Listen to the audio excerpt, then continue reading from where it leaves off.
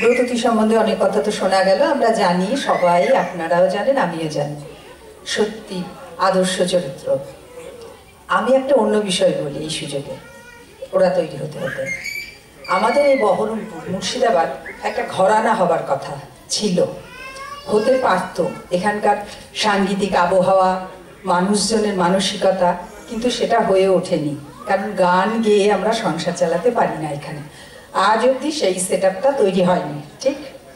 সেই set up, অথচ এখানে ঘরানা হতে পারত, কিন্তু তবু গান বেঁচে আছে কেন?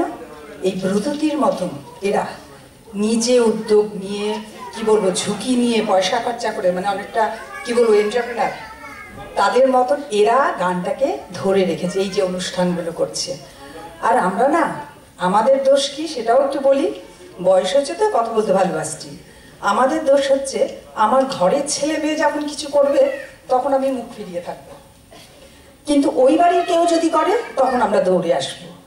কেন? আমার বাড়ির ছেলে মেয়েটা যদি করে, নাতি নাতনি, তখন কেন আমরা সেটা শুনবো না, একটু হাততালি দিয়ে উৎসাহ দেব না? আজ থেকে আমরা সেটা করি, করবো তো?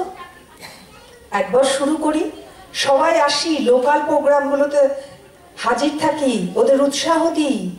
শুধু দূর থেকে আসবে অনেক টাকা খরচা করে, সেটাই দেখবো?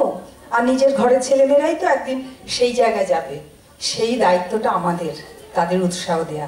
আর আজকে আমি যারা করেছে অনুষ্ঠানটা খুব সুন্দর, অবশ্যই ব্রততী শুদ্ধ, সবার জন্য আমি হাততালি দিচ্ছি, আমি, যে এরা একদিন বড় হবে। আর এরা যখন অনুষ্ঠান করবে আমাকে বললে আমি আসবো, এরা বড় হয়ে যখন অনুষ্ঠান করবে তখন ডাকবে, আমি আসবো। তাদের ছেলে মেয়েরা যখন করবে, কারণ আমি 133 বছর বাঁচবো, এই উদ্যমটাই তো চাই। এবং আমাদের শেষ, আমরা অতিথি বরণ পর্বের শেষ পর্ব